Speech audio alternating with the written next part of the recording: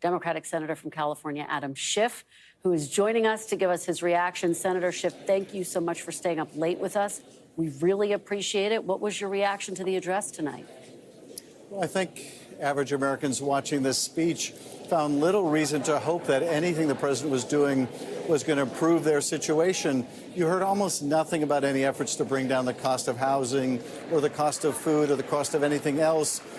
In fact, I think you heard more about the Panama Canal and Greenland and the Gulf of America than anything he's doing to address the primary reason he gave voters for voting for him, and that was he was going to reduce the cost of living.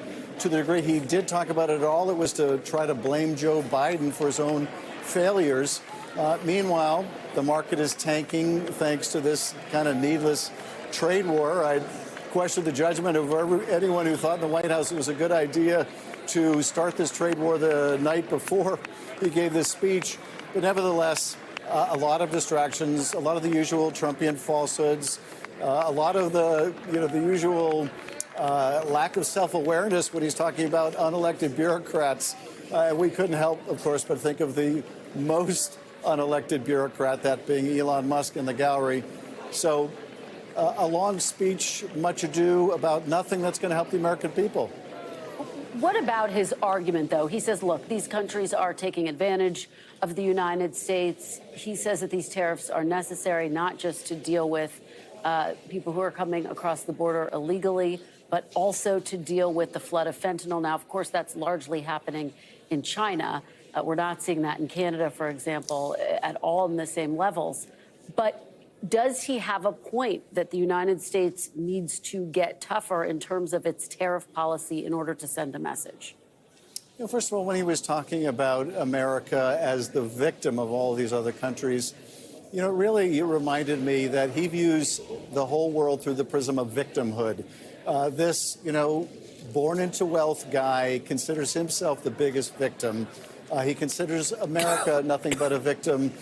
For a party that decries victimhood, I've never seen so much appeal to being victims. The United States is the most powerful country in the world. We've been incredibly benefited by this international rules-based order that we helped to create. The alliance with NATO has been incredibly beneficial to our own security. He is tearing all of that down. He's picking fights with our allies like Canada, like the Ukraine. And for what? What does it serve the United States?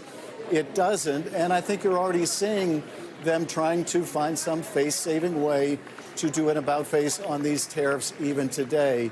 So doing a lot of harm, posing as the victim doesn't really make America great. It just makes America look weak. Senator, I have to get your reaction to the moment with Congressman Al Green. Minority Leader Jeffries was very clear that any protest should be done in the chamber in a respectful way. What did you make of him standing up and interrupting the president's speech for an extended period of time and then having to be ushered out of the chamber? Was that the right way to go about it? That's not the way I went about my statement tonight. The way I went about my statement was to sit, to be respectful in my silence. I wasn't about to jump up and applaud the President of the United States when he's doing such a disservice to the American people. But I will let him and others speak for the way they approached it. But from my point of view, I wanted to be respectful of the office of the president, even when, frankly, I have such little regard for the current occupant of that office. I want to get your reaction to Senator Slotkin's speech tonight. There's been a big battle or debate, I should say, within the Democratic Party. What should the message be moving forward? Do you think she found a good message for Democrats moving forward? I have to confess I haven't had a chance to hear my colleague's message, but I have great confidence in her. For my own part, I think really the central challenge facing the country is the one the president did not address tonight, and that is that the economy is simply not working for millions of people. And it's not that they're out of work. Unemployment remains low. The problem is they are working and are still struggling to get by.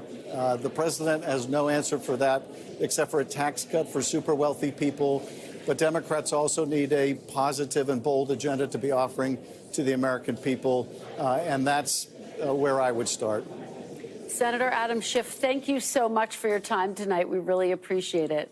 Thanks for watching. Stay updated about breaking news and top stories on the NBC News app or follow us on social media.